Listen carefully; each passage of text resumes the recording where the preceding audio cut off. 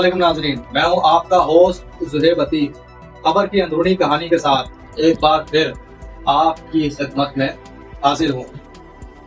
कच्चे के डाकुओं के लिए सहूलतकारी के इल्जाम में 78 पुलिस एहलकारों का शिकारपुर से कराची तबादला कर दिया गया। डाकुओं के खिलाफ ऑपरेशन के दौरान इंफॉर्मेशन लीक होने पर शिकारपुर में तैनात पुलिस एहलकारों की खुफिया इंक्वायरी शुरू कर दी गई थी, जिसमें यह इंकशाफ हुआ कि वो मुबैना तौर पर कच्चे के डाकुओं के सहूलतकार हैं।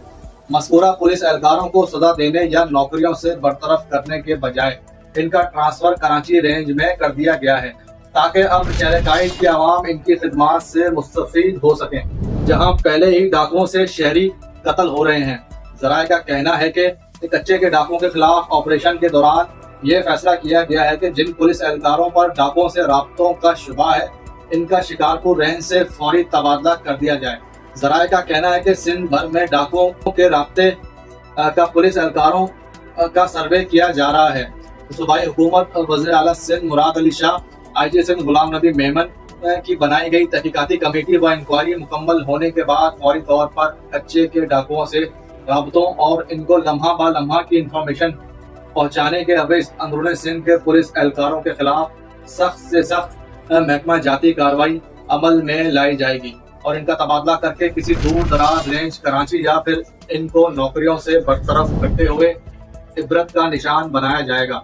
सूबाई हुकूमत की जानिब से मुख्तलिफ इजलास में यह फैसला किया गया है कि अंदरूनी सिंध समेत कराची रेंज से डाकू राज के खात्मे को यकीनी बनाते हुए हर मुमकिन इक़दाम को यकीनी बनाते हुए अंदरूनी सिंध समेत कराची को डाकुओं के नरगे से निकाला जाएगा, जिस पर अच्छे और काबिल अफसरान की तैनातियों को भी यकीनी बनाया जाएगा।